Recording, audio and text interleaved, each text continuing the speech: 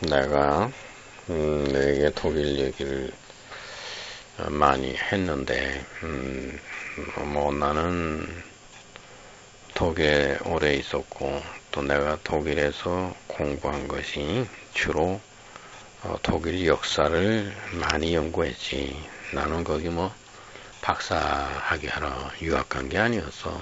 독일어를 마스터하는 것이 학위보다 중요하게 여겼고, 그 지금도 내가 평생 독일어 실력 때문에 내가 살지 않냐. 지금도 내가 내 나이에 내 독일어 실력 때문에 여러 사람들이 나한테 뭘 부탁을 하지.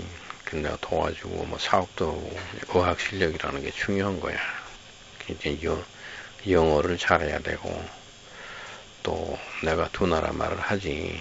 근데 내게는 영어보다 독일어가 훨씬 더 몸에 가까워. 뭐 독일어는 읽을수록 나는 내 그 어떤 모국어로 이해하는 것처럼 그렇게 가깝고, 영어는 뭐 외국어 같고, 그러나 뭐 내가 영어도 의사소통 다 하고 영어로 된 책 뭐 내가 읽고 다 이해하지.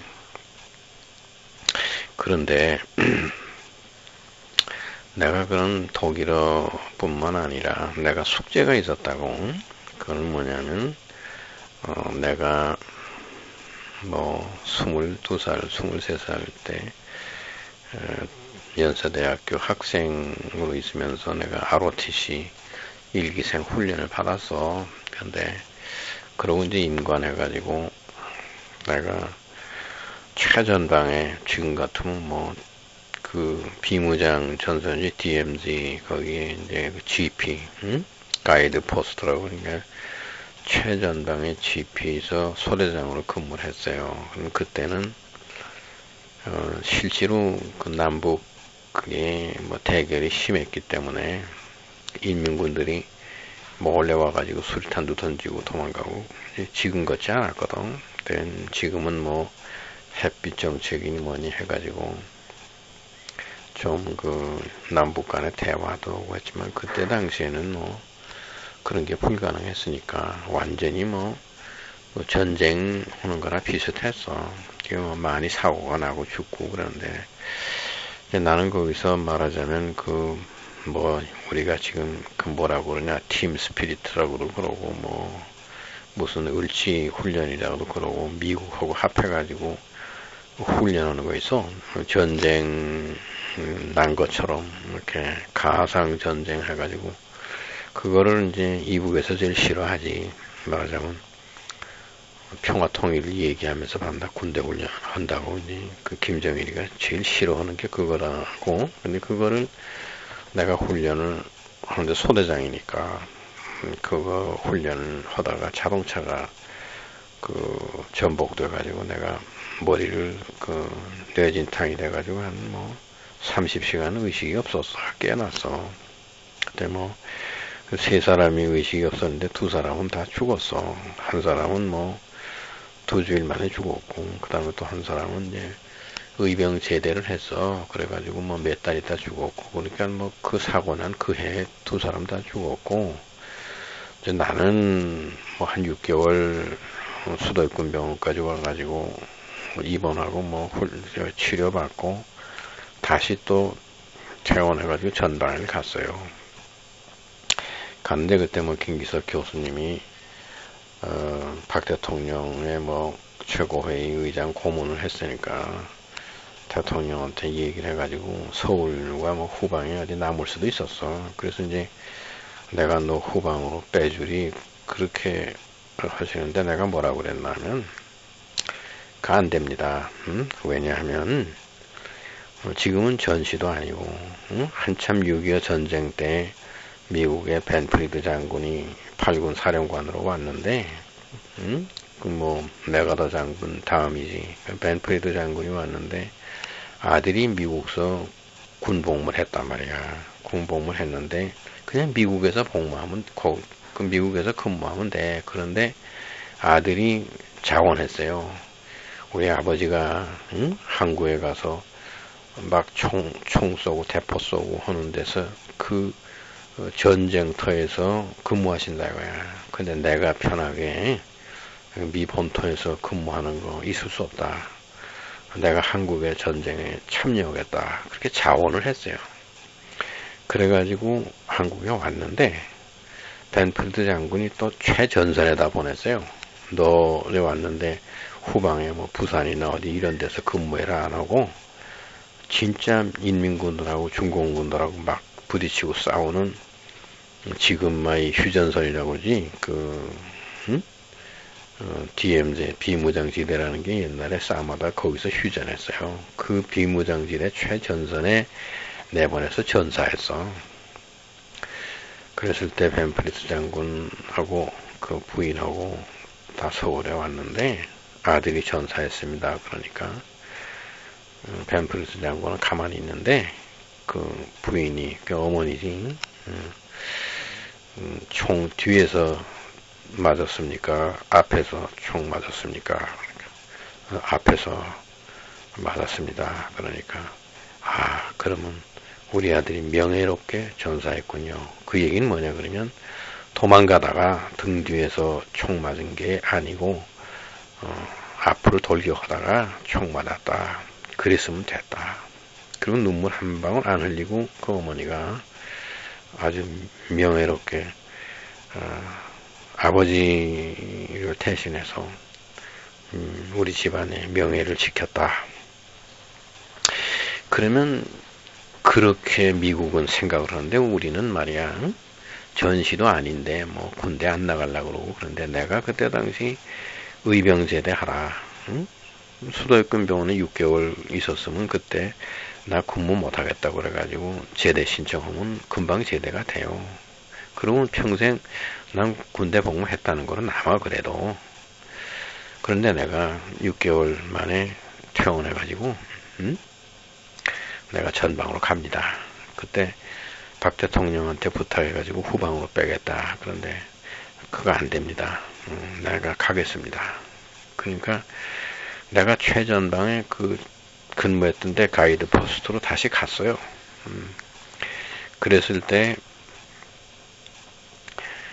박 대통령에게 얘기를 했어. 우리 아들이 거기서 다쳐가지고 말하자면 나라 일하다가 몸을 다쳤지 않느냐. 그래서 수도역군병원에 와서 6개월 있다가 의병제대 하려도 안 한다고 그러고 후방에 남게 해줄 수 있다고도 안 하고 최전방에 다시 그 근무하던 소대로 원대 복귀했습니다.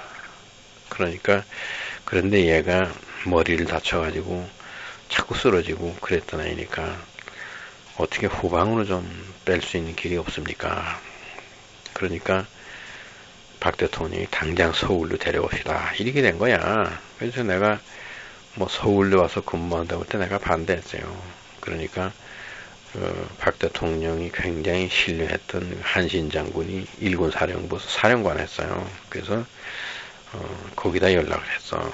한신 장군한테 얘기를 하죠. 김기석 교수 아들이 최전방에서 복무하는데 한 번 사고가 나가지고 수도권병원에서 6개월 있다가 나가서 다시 근무한다는데 좀 위험하다. 그러니까 그 일군 산하에서 좀 후방으로 뺄 데가 없느냐. 그렇게 해놨어. 아버님이 나한테 사람을 보냈어요. 그래가지고 원주의 한신 장군 가서 만나라. 나한테 편지를 보냈어. 그래서 그 편지를 가지고 한신 장군한테 갔더니 뭐라고 하냐 하면은 그 아버님 훌륭하신 아버님 밑에서 아들이 또 훌륭하다 이거야. 그러니까 이거는 의병제대 시켜도 되고 또 서울이나 아주 후방에 근무해도 되는 경우인데 본인이 최전방에서 그 위험을 무릅쓰고 다시 원대 복귀했다니까 그것으로 됐다. 여기 원주에 하사관 학교가 있으니까 하사관 학교에 교관으로 임명하니까 그저 군복만 입었지 출퇴근하고 그리고 강의하는 것만 맡아라. 그래서 그때 내가 뭘 강의했냐면 그때 내가 독일어 실력이 있었어요. 그래서 그 하사관 학교에 독일 군인들 훈련시키는 그게 있어서 그러니까 독일어 책이 있어서 근데 그거 아무도 뭐 읽을 줄 아는 사람이 없어요. 그래서 내가 그거 보고 독일에서 또 신형 무기 개발하고 뭐 로켓도 개발하고 뭐 이런 착자들이 독일어로 된 게 있었다고 사진도 있고 그걸 보고 내가 하사관 학교에서 독일 사람들이 군대 훈련이 어땠었느냐 하는 거를 내가 가르치고 또 사진도 슬라이드로 보여주고 그렇게 강의를 했지. 한 1년간 했어. 그리고 제대로 했지. 그래서 나는 아픈 몸이지만은 정식으로 군대 복무를 마쳤다고. 그런데 뭐 편한 세상에서 말이야. 뭐 정운찬 국무총리 하겠다는 사람 뭐 그 청문회 나왔는데 그 뭐 3대 독자고 하니까 6개월만 그냥 보충력이라는 건 뭐 그 지금 너가 말하는 행정용어는 그런 거야. 뭐 그냥 민간인으로 군복도 안 입고 왔다 갔다 하면서 그냥 그저 보충이니까 사무나 보고 그냥 그렇게 6개월 하면 되는 거거든. 근데 막 그걸 기피했다 이런 얘기지. 그래서 종래 안 나갔잖아. 그러니까 큰 일을 하려면은 군대 문제가 정확해야 돼. 너도 말이야. 아예 뭐 독일 사람이 되고 미국 사람이 되면요. 또 그 나라에 가서 군복무 해야 되지. 네가 미국 국적을 얻어가지고 있으면 거기 또 군복무 해야 돼. 나처럼 나이가 많아서 미국에 귀화한다면 모르지만 젊은 나이에 미국 사람 되겠다 그러면 그 국가 의무를 해야 된다고. 그러면 네가 군복무를 해야 또 떠덕에 국민으로서 나라에 대한 제1 의무야. 국가 방위를 위해서 내가 국가에서 징집하면은 반대 안 하고 나가서 근무합니다. 그거야. 근데 너는 징집이 나왔는데 그 신체 검사를 하니까 네가 뭐 군대 가기 싫어서가 아니라 몸이 그때 약하고 어려우니까 못 먹고 해서 네가 삐쭉 말라 내가 눈물이 나오고 그랬는데 뭐 40몇 킬로밖에 안 됐으니까 내 키에 비해서 말이야. 그러니까 이제 말하자면 뭐 을정이 뭐 옛날에 말하자면 군대 못 가는 형식이지. 그래서 이제 행정 뭐 요원으로 그렇게 하기로 돼 있지 않냐? 근데 어쨌든 네가 우리나라에서 나중에 큰 일을 해서 무슨 국무총리가 되든지 대통령이 되든지 뭘 한다고 할 때 그건 젊은이에겐 아무도 모르는 거야. 이명박 뭐 그 양반이 군고구마 팔고 그러면서 공부한 사람인데 그때 뭐 대통령이 될 줄 알았겠냐? 그러니까 그건 아무도 모르는 거야. 그러면 네가 그런 큰 일을 맡게 되는 큰 인물이 됐을 때 문제 삼는 거는 군대 갔냐 안 갔냐 그거라고. 왜? 국민의 기본 의무를 안 하고 어떻게 나라를 위해서 큰 일을 한다고 하냐. 근데 그런 거. 그래 내가 그때 하사관 학교에 교관을 하면서 독일에 대해서 참 관심이 많았어요. 그래서 독일 특히 나치 때 군인들 그 조직이나 뭐 훈련에 대해서 내가 상당히 공부를 했어. 그래서 내가 독일 유학 갔을 때 내 그 연구하고자 하는 연구 목적은 나치 연구였어요. 나치 독일 연구. 그것은 거기에 나치 독일에서의 핵심은 히틀러고 그 다음에 주변에 그 브레인들이고 그리고 나치에서 어떻게 그렇게 1933년에서 1945년까지 12년까지밖에 안 되는데 그동안에 그렇게 엄청난 일을 했느냐. 그건 지금도 내가 풀지 못한 숙제거든. 그래서 내가 독일 가서 뭐 남들은 이해 못하지. 박사 하나 하면 되는 거예요. 나는 그때 당시 그 살아남아 있었던 나치 때 중요한 일을 했던 사람들이 많이 살아남아 있었어요. 그 사람들을 많이 가서 만나고 내가 그때 당시 안 사람, 이 사람은 뭐 했다. 그 중에 내가 21세기 핵시대 여명이라고 앞에 칼 프리드리히 바이스제커 박사 그 사진을 크게 한 게 그분 내가 자주 만났고 그분뿐이 아니야. V2 개발하는데 ICBM이라고 그러지, 탄도 대서양을 건너가지고 독일서 쏘아가지고 미국에 떨어뜨리는 그거 개발한 사람이 있었어요. 히리시펠드라고. 그 사람 내가 만났었고, 뭐 잠수함 함장했던 사람, 내가 그런 사람들 만나고, 또 그 핵무기 개발했던 사람들 만나고, 그렇게 하면서 나는 내 나름대로 연구하는 그 테마가 있었다고. 근데 뭐 그거를 국가의 예산으로 장학금을 받아서 하려면 우선 비판이 많아. 그 히틀러 연구 왜 하느냐, 뭐 나치 연구 왜 하느냐, 뭐 그게 국가에 도움이 되느냐. 말하자면 뭐 나치 정부 같은 그런 거를 우리나라에서 앞으로 할 것도 아닌데 뭐 그런 거 왜 하느냐.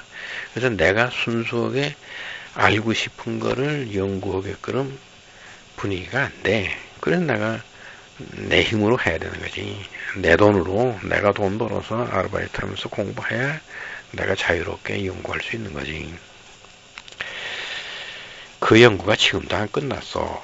그런데 내가 지금 몸이 자꾸 좀 혈압이 높아지고 요 며칠간에 뭐 여러 가지 속상한 일도 있고 뭐 모든 게 뜻대로 안 되니까 혈압이 좀 높아져 가지고 내가 좀 밖에 나가서도 어지럽고 집에 들어오면 얼른 들어놓고 뭐 밥도 잘 못 먹겠고 그래. 그러니까 난 무슨 생각이 나냐 그러면 내가 지금까지 공부한 거 이거를 누구에게 전수해야 되겠는데 내가 지금 누구한테 하겠냐. 네가 관심이 있어 하니까 며칠 전에 네가 내가 읽는 책 궁금해서 자꾸 보고 독일어 배우고 싶다 그러고 독일 역사에 대해서 알고 싶다고 그래서 내가 너한테 메일을 보냈지 않냐? 그거 다 읽어봤겠지만은 내가 서론이 너무 길어졌다. 근데 여기 내가 녹음으로 하는 게 제일 편해서 내가 논문을 쓰고 글을 쓰고 하는데 그게 상당히 힘이 들어.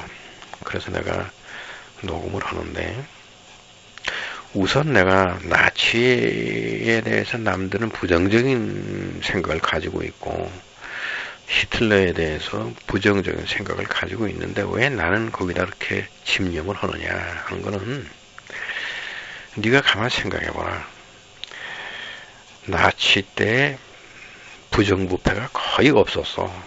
난 이 세상에서 뭐 그리스 때 로마 시대 때 뭐 훌륭한 사람들이 많이 나와서 플라톤도 나오고 소크라테스도 나오고 뭐 인도에 말이야 뭐 부처님도 나오고 그러지 않냐.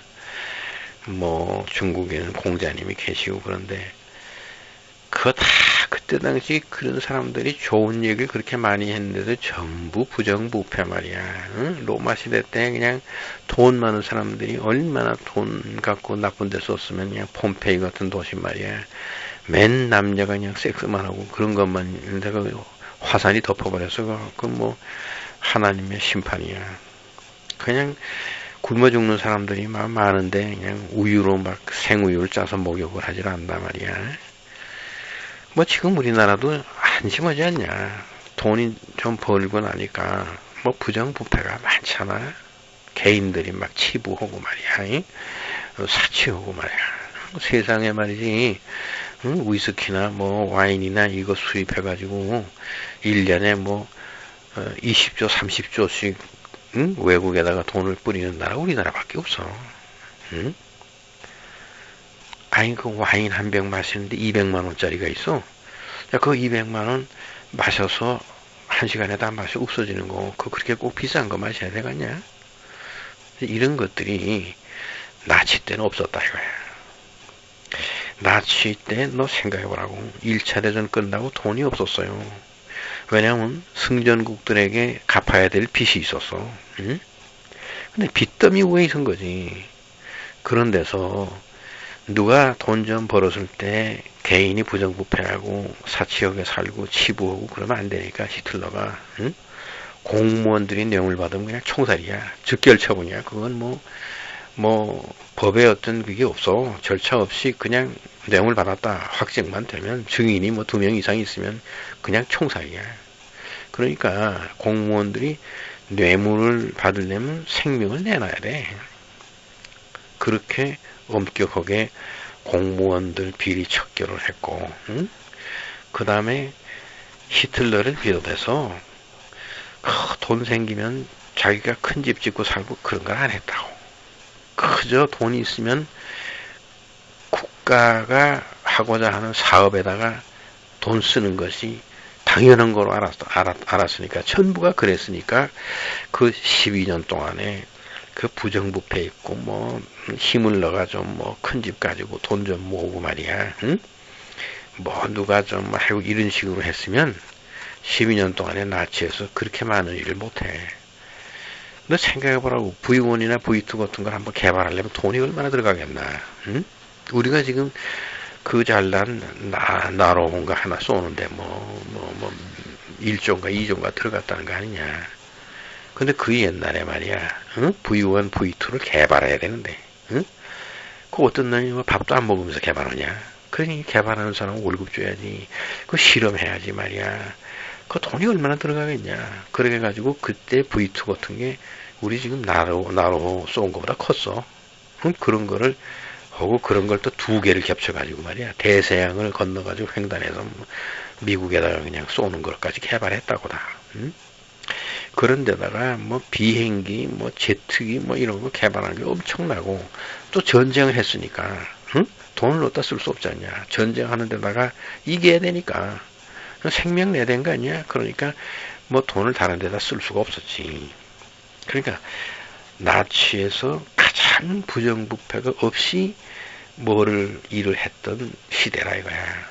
인류 역사에 그게 유일한 거야.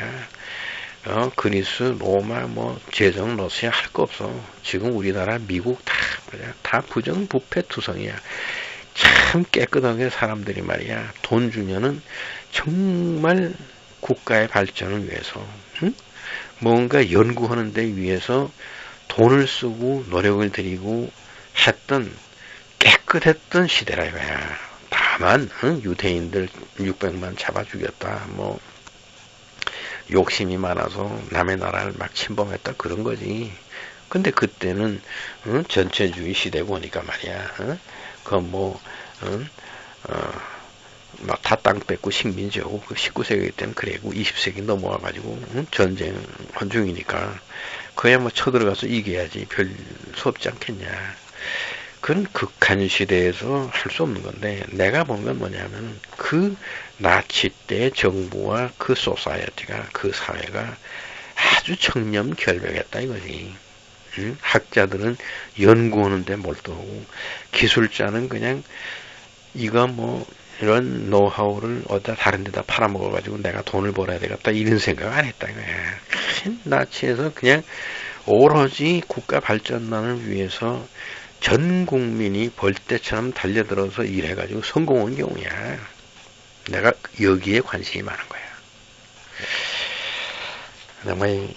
그래서 이제 내가 메일 너에 보내준 거에 대해서 다음 얘기를 해야 되겠는데, 히틀러가 1945년 4월 29일 자기 애인하고 결혼식을 올리고, 그 다음에 1시간 뒤에 독약을 먹여서 죽이고, 자기가 머리에다 권총을 대고 쏴서 자살했다. 그것이 5월 2일 러시아 군대가 들어오니까 그게 다 드러나서 히틀러가 자살했다는 게 알려졌다, 연합군에게. 이거는 뭐 고의성이 있다 이거야. 그것은 히틀러가 자기가 살아서 어디로 도피하는 것을 은폐시키기 위한 것으로 그것은 조작한 것이다. 지금 이제 그렇게 보는 거야. 근데 그것 중에 이유가 뭐 여러 가지가 있는데, 히틀러도 검소하게 산 사람이고 평생 고기를 안 먹고 그 채식만 했어요. 그리고 동물을 무지하게 사랑했어. 집에 개도 기르고 뭐 고양이도 기르고 그랬는데, 히틀러가 자기가 본을 보여야 되니까 절대로 큰 집에서 살고 그런 거 안 했는데, 히틀러를 신격화하고 숭상하는 사람 중에 굉장히 부자가 귀족 출신이 있었어요. 그 사람이 아주 나치의 열심당이야. 그래가지고 베르크호프라는 데에 큰 성을 가지고 있었어요. 그래서 히틀러에게 거기 와 사십시오 그런 거야. 그게 뭐 바이에른주의 뮌헨 근처인데 굉장히 경치 좋은데요. 그래서 히틀러가 개인적으로 좀 머리를 쉬어야 할 때는 거기 가서 지냈다 이거야. 거기가 베르크호프라는데, 그래서 진짜 말대로 산 꼭대기에 성이 있어. 베르크호프인데, 히틀러가 뭐 그땐 결혼도 안 하고 그랬으니까 모르지 뭐 에바 브라운이나 애인도 데리고 거기 가서 좀 지냈는지. 그러나 나치 브레인들이나 밑에 사람들을 한 번도 거기에 데려가지는 않았어요. 그래서 이제 베르크호프의 히틀러의 사생활에 대해서 아는 사람은 딱 여자 하나 있어. 거기서 말하자면 그 청소하고 밥하고 뭐 빨래하고 그러는 말하자면 그 하우스 키퍼인데, 그 사람 이름이 파울린의 퀘일러야. 근데 그 파울린의 퀘일러라는 여자가 1976년까지인가 살아 있었어요. 그래가지고 히틀러가 살았냐 죽었냐 하는 거에 대해 관심이 많으니까, 근데 그 사람이 입을 다물고 있다 입을 열었어요. 그런 것 중에 뭐냐 그러면, 히틀러는 공개석상에 여러 번 나타나고 처음엔 그랬는데 암살 사건이 있은 뒤에 자기와 비슷하게 생긴 사람을 세 사람을 그 베르크호프로 불러들여 가지고 변장시키고 말하는 거 가르치고 뭐 손짓 하는 거 걸음걸이 하는 거를 가르쳤다 이거야. 그걸 자기가 봤다는 거지. 그 사람들 뭐 밥도 해먹이고, 근데 절대 비밀이고 그 아무도 모르게 그 했는데 세 사람이다 이거야. 세 사람을 했는데, 그래가지고 히틀러가 나타나야 되는데 그 변장시킨 가짜 히틀러를 나가라 그러고 절대 말을 공개석상에서 하지 못하게 했다. 그리고 뭐 그 나치 브레인들에게 그저 간단하게 몇 마디 야 나인 뭐 이런 것만 하고 무슨 얘기하게 되면은 데리고 오지 말고 그냥 나는 머리가 아프니까 베르크호프로 간다. 그러면 차 타고 다시 베르크호프로 오라. 그러니까 이제 히틀러 역할을 하는 거지. 그래서 이제 좀 정보가 있어가지고 위험하다. 또 누가 뭐 암살 작전을 하지 않느냐 이런 생각이 들면은 그런 변장은 가짜 히틀러를 보냈다 이거야. 그래가지고 연설을 하는데 나타나서 연설을 안 하고 그냥 얼굴만 딱 나타내고 그냥 내려오는 식으로. 그래서 이제 왜 연설 안 하냐 그러면 연설하고 싶은 마음이 없다고 뭐 이렇게 하고 했는데, 모든 거를 히틀러 스타일을 가르치고 말하는 것도 가르치고 목소리도 가르치고 뭐 고개를 흔드는 거냐 뭐 똑같이 훈련을 시켰다 이게 거울 놓고. 근데 그거를 증거를 했어요. 1976년인가 죽기 몇 달 전에 내가 함구하고 있었는데 히틀러에 대해서 얘기가 많으니까 자기가 아는 거는 그건 분명하다. 또 그런 게 있었고, 그 다음에 또 여자가 하나 그 아주 의사인데 여자가 마그다 뭐 차이트라는 여자가 있어. 시간이라는 디차이트라는 이름을 가졌는데 마그다 차이트야. 근데 그 여자는 미국에 귀화해서 살았는데 그 아버지가 성형외과 의사였다 이거야. 그래가지고 거기 히틀러니 와가지고 여러 사람을 데리고 와가지고 똑같이 성형수술을 해서 히물러 얼굴 비슷하게 하고 이제 이런 거를 했다 이게 비밀리에. 그래서 성공을 해서 몇 사람 다 뭐 히물러도 말하자면 짝퉁이지. 가짜 히물러를 이렇게 똑같이 성형수술을 만들고 히틀러도 똑같이 얼굴도 변화시게 만들고 그런 걸 하고 난 뒤에 그 병원 자체를 그냥 폭파시켜버렸다 이거지. 근데 자기는 그때 무슨 학교에서 수학여행을 갔어요. 그래서 자기 가족이 몽땅 몰살했다 이거야. 그래서 자기는 히틀러에 대한 반감과 나치에 대한 반감이 있어가지고 그때 미국으로 도망갔다 이거지. 그래서 미국에 귀가했는데 그 아버지가 성형수술을 했는데 자기가 그걸 안다 이거야. 그래서 이제 가족들이나 누구 아는 사람이 있을까봐 성공해놓고는 그 장소를 아예 그냥 뭐 폭파시켜버려서 가족들이 다 한꺼번에 죽기만 하고 어머니도 뭐 동생도 다 죽고 자기 혼자 수학여행 갔다가 살아남았다. 그런 거를 그것도 뭐 1970년대에 증거를 했어요. 그래가지고 그런 사람들을 인터뷰하고 뭐라고 다 해가지고 히틀러가 가짜 히틀러를 여러 명 만들었을 것이다. 적어도 한 뭐 5-6명 있었을 것이다.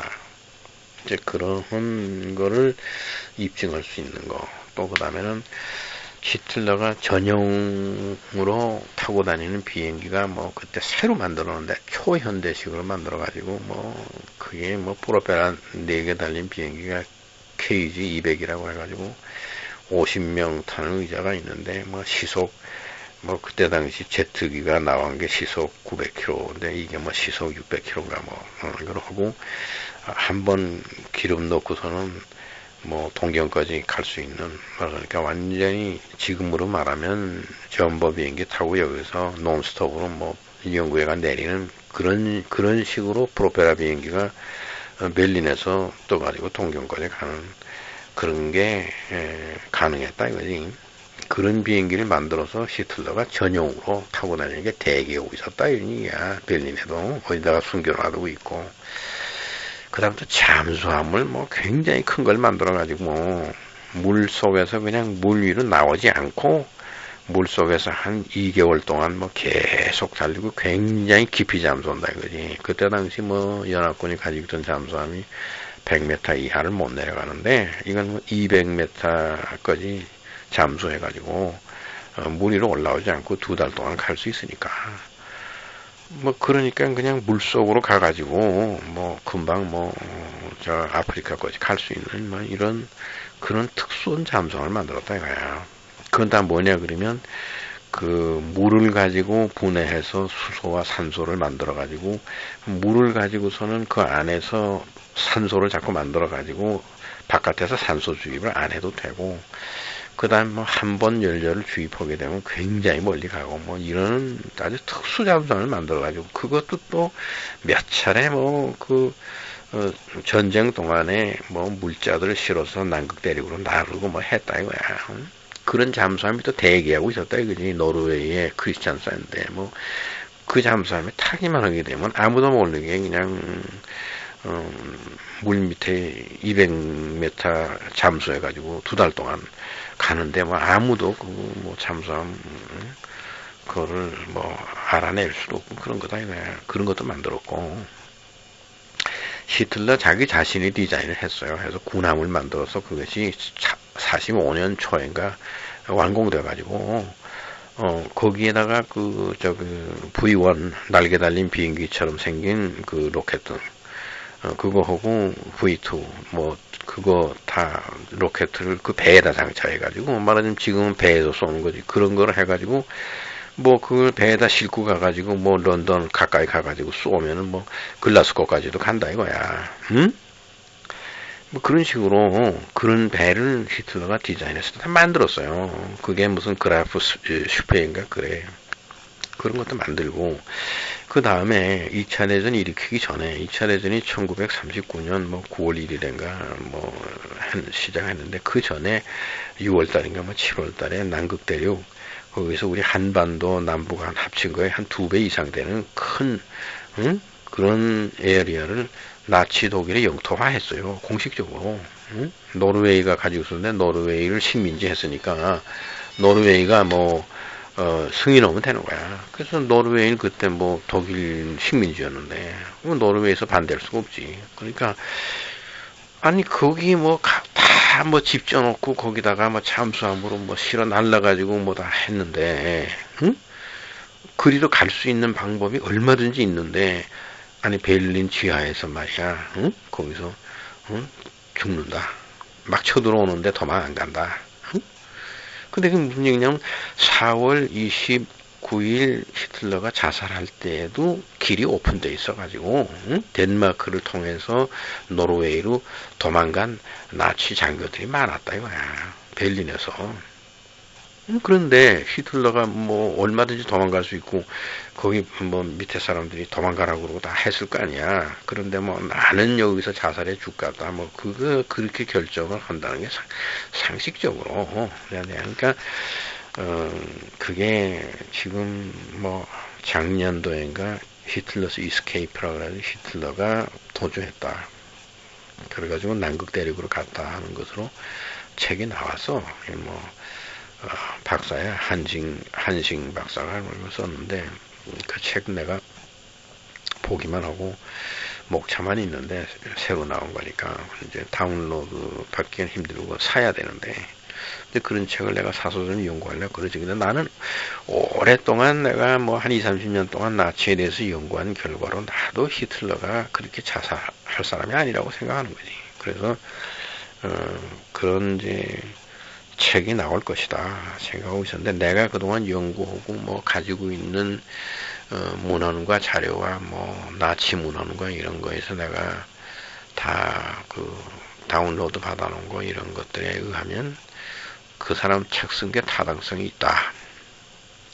그러면 이제 어떻게 됐느냐 하면 남극 대륙으로 그 마지막 군단이라는 게 있었어요. 그 라스트 버텔리언이라는 게 있어가지고 그게 한 뭐 5만 명 됐어. 그게 이제 독일을 지키고자 하는 마지막 군단이 있었어. 근데 히틀러가 연설했어요. 마지막 군단 앞에서. 그 뭐라고 연설했냐면은 지금 이 전쟁에는 뭐 승자도 없고 패자도 없다. 그냥 뭐 이기려고 해봐야 그게 승자와 패자의 구별은 없다. 다만 산자와 죽은 자의 구별이 있을 뿐이다. 이 전쟁에서 살아남는 사람이 승자고 죽은 사람은 패자다. 그러나 마지막 군단은 살아남는다. 이렇게 연설을 했어요. 그리고 뭐냐면 연합군들을 막고 지키고 마지막까지 독일의 그 핵심인데 여기는 못 내놓는다 하고 그렇게 지키려고 했던 마지막 군단이 있었는데 그 군단을 도피시키는 걸 했어요. 그래서 그 이제 특수 잠수함에다가 뭐 사람들 시켜가지고 전부 해서 그 마지막 군단이 그냥 한 5만 명이 없어졌어. 그래서 연합군이 쳐들어와가지고 그 베를린을 비롯해서 독일을 마지막까지 지키기로 한 마지막 군단이라는 게 그냥 어디로 증발해 버렸어. 그게 다 뭐냐 그러면은 그 뭐 비행기로 특수 비행기로 또 뭐 잠수함으로 루트가 여러 루트가 있었어. 그래가지고 하는데 히틀러도 그 마지막 군단과 함께 도주했다. 나는 그렇게 봐. 그래서 어디로 갔냐면 남극 대륙으로 갔어요. 이게 무슨 일이 벌어지나 그렇게 해서 전쟁이 끝났단 말이야. 끝났는데 그 히틀러가 지명을 했어요. 응? 그 자살했다고 된 가짜 히틀러가 지명을 했는데 그다 뭐 원래 히틀러가 그렇게 하라 그랬겠지. 그런데 그 드웨니츠라는 칼 드웨니츠라는 사람이 그 해군 사령관을 했는데 그 사람이 이제 자기 뒤를 이어서 히틀러가 죽으면 총통을 한다 그렇게 됐거든. 근데 그때 히틀러 밑에 아주 히틀러가 신뢰했던 사람들이 많아. 첫째는 뭐 괴링이 있어서 괴링이라는 게 뭐 굉장히 그 히틀러가 인정했던 장군이야. 그러면서 원수야 원수. 그 다음에 또 슈페어라는 사람도 있었다고 있고 뭐 히물러도 있었고 그 데니츠라는 사람은 상당히 거리가 먼 사람이야. 아주 히틀러의 핵심 멤버가 아니라고.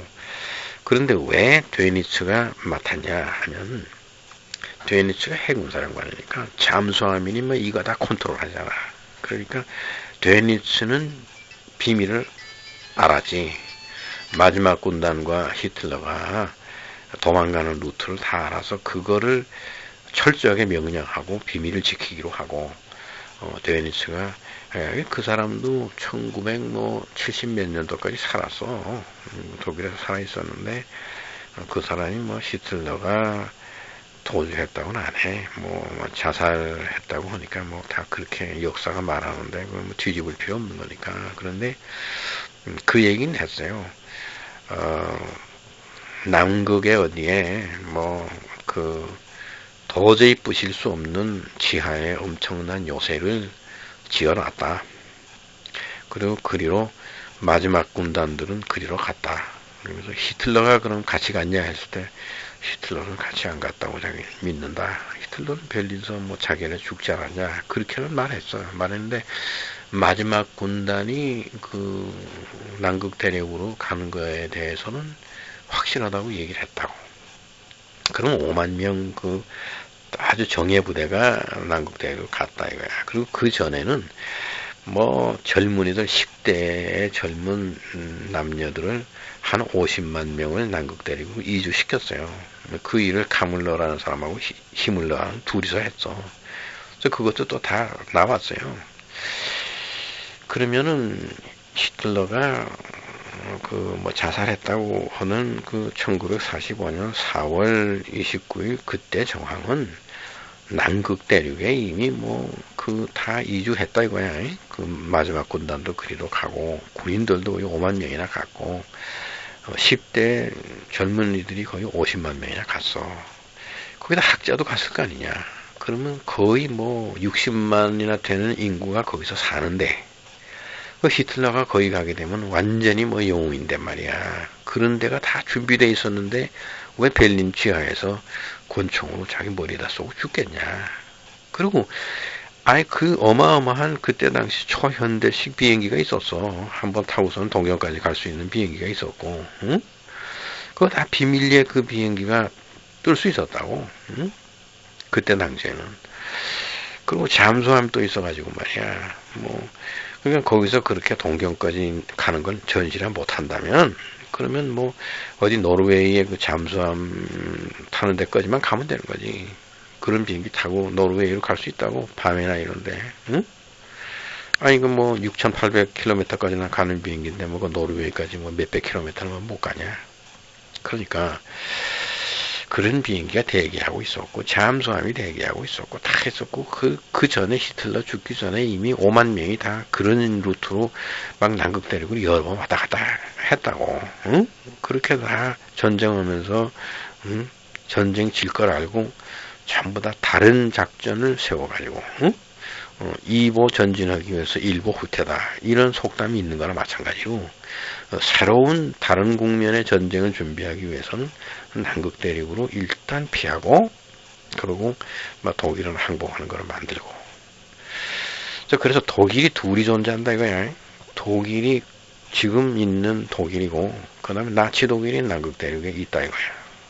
이런 상태로 돼가지고 1945년이 됐다. 그때 제일 신경이 예민해진 사람이 아이젠하워 대통령하고 그 전에 했던 트루만 대통령하고 그 두 사람들은 히틀러를 비롯해서 나치의 그 정예 부대가 남극 대륙으로 도망갔다. 거기다가 기지를 건설했다. 아니면 뭐 브라질이나 아르헨티나 어디에다가 했다. 이런 걸 알고 원정 부대를 보냈어요. 그게 1947년도에 그 미국의 해군 사령관했던 버트 제독이야. 응? 아드미랄 버트. 그 작전 이름이 오퍼레이션 하이점프인데 하이점프야. 높이 뛰기 작전이야. 높이 뛰기 작전이라는 거 하이점프 작전 해가지고 가는데 그건 뭐라고 했냐면 그냥 평범한 남극 대륙에 대한 탐사다 이런 얘기지. 그런데 그게 군함이 7대야. 응? 군함이 7대고 그 중에 한 대는 항공모함이야. 항공모함에다가 뭐 중폭격기를 뭐 9개 싣고 말이야. 전투기를 뭐 20대나 싣고 거기 7개 군함에다가 4,200명의 군인들을 싣고, 응? 온통 뭐 중무장한 뭐 그런 폭탄과 뭐 이런 거 다 해가지고, 전쟁 때에 그 출격하는 식으로, 미국에서 떠나가지고 남극 대륙 가서 그룹이 3그룹이야. 동, 서, 그 다음에 가운데, 중. 이래가지고 가운데 그룹에는 버트 제독이 진두지휘를 하고, 동쪽으로 가는 거, 서쪽으로 가는 거에 남극 대륙인데 남극 대륙이 얼마나 넓은가 하면 뭐 쉽게 말하면 그거 뭐 150만 평방 킬로미터라 그러는데 유럽 전체 합하고 그 다음에 오스트랄리아, 뉴질랜드 이걸 다 합한 것만큼 커. 그러니까 그렇게 광활한 남극 대륙이다 이거야. 거기서 얼음만 돼 있고 거기에는 남극 대륙에 사는 사람은 없고 펭귄들이 거기에 주민이야. 펭귄들만 살아. 그러는데 거기에 나치의 비밀기지가 어디 지하에 있다. 그래서 공격을 그래가지고 배를 타고 거기서 말하자면 세 그룹이 동서하고 가운데로 해가지고 나치 비밀기지 거기 뉴벨린이라고 그래. 그리고 그 군사적인 코드로는 211이야. 211 기지야. 베이스 211. 그걸 찾아내려고 그래서 했는데 거기서 비행 접시 공격을 받았어요. 그게 러시아에서 최근에 2006년 5월 달에 텔레비 방송 뉴스로 방송했어. 거기에 그때 찍어놓은 사진들이 있어요. 그거 다 미국에서 비밀리에 가지고 있었던 건데 그걸 다 어떻게 러시아 스파이들이 그걸 복사하고 다 했까지 그래가지고 미국에서 발표 안 한 거야. 아니 미국에서 나중에 러시아에다가 그거 발표하고 난 뒤로 난리야. 왜 발표했냐 그러는 거지. 근데 무슨 얘기냐 그러면 러시아에서는 지금 이거 에이즈다 조류 독감이단 말이야. 지금 신종 플루다 하는 게 이게 나치에서 남극 대륙에서 하는 거다 이거야. 그러니까 러시아에서 뭐냐면 나치가 뭘 하는지 우리가 규명해야 되니까 이걸 알려야 된다. 그래가지고 우리가 쉬쉬하고 그런 건 덮어놨는데 비행 접신이 이게 외계인들이 하는 게 아니고 나치가 만들어서 하는 거고 지금 이렇게 그냥 하는 게 이게 지금 바이오 전쟁이 일어났다 이거야. 생물학 전쟁이. 도저히 말이야. 우리가 이거 속수무책 아니냐. 이런 전염병을 막 퍼뜨리고 하는 게 그게 나치의 그 잔존 세력이 어디 있느냐 하는 걸 규명해야 되는데 우선 남극 대륙이다. 근데 그때 미국에서 1947년도에 높이뛰기 작전 해가지고 나치 그 베이스를 찾아내려고 했다가 되레 못 찾아내고 공격받았지 않냐. 그걸 알려야 될 거 아니야 이거야. 그래가지고 비행 접시가 공격하고 그래가지고 비행기들이 막 떨어지고 배가 말이야 7척 중에 무슨 3척만 남아서 4척은 가라앉았어요. 그리고 4,200명 중에 한 800여 명이 죽었어. 비행기도 수없이 떨어지고 그래가지고 철수했다고.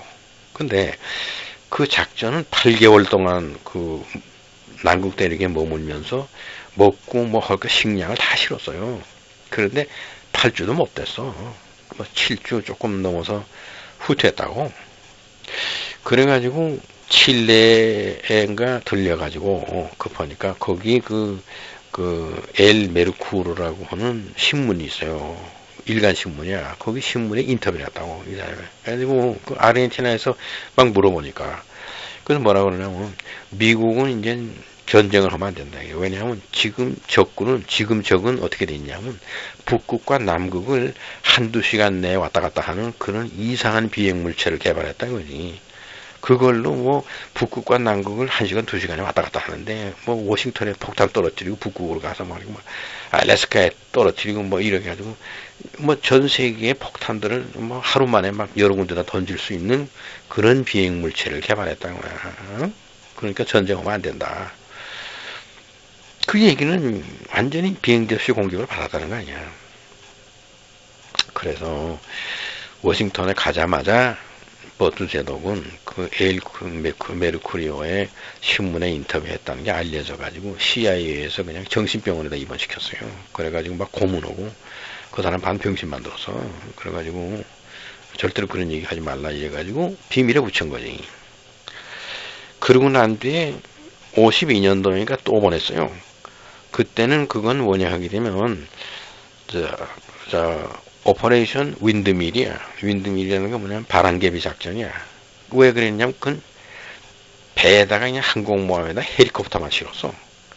그래가지고 헬리콥터로 내리기가 쉬우니까 얼음 위에 말이야. 이게 비행기가 내리려면 활주로도 안 닦았는데 얼음 위에서 미끄러지고 그러다 사고 나고 하니까 한 배에다가 헬리콥터를 잔뜩 싣고 또 한 4,000명 군대에다가 말이야. 이래가지고 그때 비행기는 폭격기가 이게 아니고 헬리콥터야. 그래서 헬리콥터가 로켓 포드 장착하고 해서 쏘고 오는 거를 완전히 무슨 공중에서 비행 접시 나타나게 되면 그냥 공중에서 헬리콥터가 쏜다 이거지. 이래가지고 또 준비를 해가지고 가서 그것도 또 팍상 망했어. 그래가지고 가서 한 주일 만에 그냥 헬리콥터들이 전부 다 망가졌어. 그래가지고 어쩌다 철수했다고. 그 뒤로 미국에서 포기했어요. 그래서 이제 그런 다음에 어떻게 됐냐 이러면 핵실험을 거기서 했어. 그래가지고 그냥 남극 대륙에 가서 핵실험하는 거야. 그럼 뭐 사람도 없고 아무도 없으니까. 그러면서 그 211 기지라고 생각되는 데다가 막 핵폭탄을 거기다 던지면서 실험을 한 거지. 그래서 남극에 있는 그 오존층이 그게 파손된 거야. 훼손된 거야. 아, 남극에 뭐가 있다고 거기에 오존층에 빵꾸가 나냐.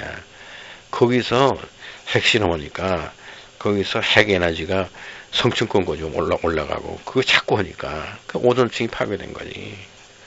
아, 거기 뭐 사람들 뭐 살지도 않아. 펭귄만 사는 데인데 뭐 거기서 응? 그래서 살아봤대자 오스트랄리아나 뭐 칠레나 뭐 거기 남극에 있는 그 남극 대륙 주변에 있는 데서 뭐 뭘 얼마나 뭘 했다고 탄산가스가 응? CO2가 나와가지고 오존층이 펑크가 나냐. 이 북반부에서 그랬다면 일리가 있어. 근데 거기서 원폭을 잡고 하니까 그렇더라도 그 지하 기지를 완전히 섬멸했다 그렇게 되지 않아요. 그런데 문제는 1947년 이후부터 막 그 비행 접시라는 게 UFO라는 게 뭐 그렇게 많아졌어. 그래가지고 주로 미국에 떠, 응? 주로 워싱턴과 뉴욕에 뜬다고. 근데 거기 뭐 공격하거나 그런 건 없어. 그냥 떠서 왔다 갔다만 하는 거지. 응? 그러다가 그다음 유럽에도 나타나고 우리나라에도 나타나고 막 그러지 않냐. 이것이 나는 UFO는 분명히 나치에서 개발했고 나치에서 만들었다. 그렇게 내가 생각하는 거야. 그래서 지난번 이메일에다 내 연구한 거를 넣어준 거는 말하자면 나치 독일에서 2차 대전 때 얼마나 부지런히 일했느냐 그런 거를 내가 간단히 서술했고 그 다음에 히틀러가 1945년 그 4월 달에 자기가 자기를 죽었다고 할 때 그때 상황이 어땠느냐. 능히 도망갈 수 있었다 이거야. 그리고 뭐 여러 가지가 다 준비되어 있었다 이거지. 그런데 뭐 거기서 죽었다. 이건 난 지금도 믿어지지 않는 거다. 그리고 그런가 하면은 이상한 사건들이 많이 일어나는데 그거는 남극 대륙에 가 있는 나치 베이스가 분명히 있다. 그리고 남극 정복을 위해서 미국에서 그렇게 2번씩 손 쏘고 영국서도 한번 공격했고 뭐 그랬는데 결국은 그 나치 그 기지가 비밀 기지가 남극 대륙 지하에 어디에 있는지 그거를 찾아내지 못했다. 그렇게 된 건데 오늘은 막 강의 요걸로 마치고 요 다음번 강의는 무슨 얘기를 하냐면은 그 나치에서 정신무장이야. 어떻게 깨끗하게 그렇게 부정부패가 없이 일만 할 수 있었었냐, 생산적인 일만 할 수 있었었냐 하는 거에는 정신무장이 되어 있었어. 거기 그 정신무장 중에 가장 중요한 게 하나가 예수님의 십자가에 그 달렸을 때 그 찔른 창이 있어요. 그 찔른 창. 그거를 소중히 보관하면서 예수님에 대한 생각을 나치는 별도로 했어요. 그 사람들은 나치는 예수님과 유태인과 분리하고 신약 성경에 있는 예수님 이야기와 구약 성경 얘기를 분리하고 순수한 예수님 얘기로만 우리가 정신무장을 해야 되겠다. 그거에 중요한 여건이 예수님 몸을 찔렀던 그 창, 그걸 홀리 랜스라고 하는 영어로 거룩한 창, 그거에 대한 이야기와 그 다음에 예수님이 최후의 만찬 때 그 포도주를 담아서 제자들에게 주면서 이게 내 피다. 이거를 마시고 나를 기념하라. 그런 그 잔이 어디 있다 이거야. 그 뭐 다빈치 코드에도 그 얘기가 나왔지만 그 잔이 있다. 이제 그 잔을 나치에서 보유하고 또 예수님 몸에 들어갔던 창끝을 2가지를 가지고 있는 건 예수님의 몸과 접촉된 물건이다 이거야. 예수님이 직접 손에 들었던 잔이고 거기다가 입을 대고 마셨다 하는 그 거룩한 거하고 예수님 몸에 들어갔던 창하고 그 2가지를 보관하면서 우리는 예수님이 가장 증오하고 싫어했던 것이 유태인들이다 이거야. 또 유태인들이 십자가에 예수님 못 박았고, 그러니까 유태인들을 싫어하고 유태인들을 픽박하는 것은 어느 면을 보면 예수님을 위한 것이다. 그런 정신이 있었어, 나치에게. 그 얘기를 또 하지. 근데 내가 그게 나치 생각이 옳다는 게 아니야. 다만 나치를 이해해보자는 거지. 그러니까 그 미스테리컨 운명의 창이라 그래. Spear of Destiny, 운명의 창, 예수님 몸을 찔렀던 창, 그 다음에 예수님이 제자들하고 최후의 만찬 석상에서 포도주를 나눠 마셨다는 잔, 그 두 개를 나치에서 찾았다, 보유하고 있다. 그런 한 우리는 예수님의 마음과 예수님의 정신으로 무장해야만 된다. 이런 생각을 했는데 왜 그럼 나치가 망했느냐? 거기에 대한 또 내 나름대로 생각이 있어요. 그러나 분명한 거는 유태인들을 증오한다는 것은 반대로 예수님 편에 서겠다 하는 생각이 있었고, 또 그 다음에는 예수님의 유물을 굉장히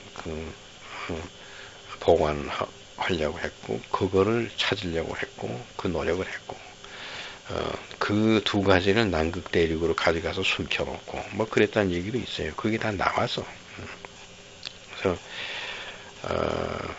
요 다음번에는 내가 그 얘기를 또 이제 하려고 그러는데, 이러므로서 나치에 대한 역사는 내가 상당히 많은 걸 알고 있고, 내가 자료가 많이 있어. 근데 내가 너한테 녹음해준 이거를 가지고 네가 나중에라도 책을 내주길 바라고, 또 내가 노트북에 내가 지금 말하는 거에 대한 그런 자료들, 책들이 지금 한 500여 권, 이 나치 연구에 대한 책들이 들어있어. 그것도 내가 다 정리해 놓을 테니까, 그래서 또 제목만이라도 우리말로 내가 번역을 해 놓을 테니까, 네가 좀, 내가 혹시라도, 내가 한 5년간 건강해 하면은 내가 다 그걸 연구해서 집도생을 하겠는데, 지금 나치 독일에 대해서 독일어로나 영어로나 정확하게 연구된 그런 방대한 저작이 없어요. 왜냐하면 우선 독일 사람들은 나치 연구했다가 하면 큰일 나고, 미국이나 러시아에서도 나치 연구해서 나치가 훌륭하다 그런 소리 못 하는 거고, 그러니까 나는 나치의 좋은 점을 밝혀갔다 거야. 물론 그 잘못한 건 있어요. 그러나 나치 때가 참 청렴결백하고 부정부패가 없었고, 굉장히 부지런했었고, 많은 일을 했다 이거야. 응? 그런데 패배했기 때문에 그게 다 나쁜 놈이 된 거라 이거지. 근데 좋은 일들을 많이 했다. 그거를 나는 밝히고 싶다. 근데 평생의 과업이야. 그래. 또 다음번 내가 녹음하기로 하고, 오늘 이만 한다.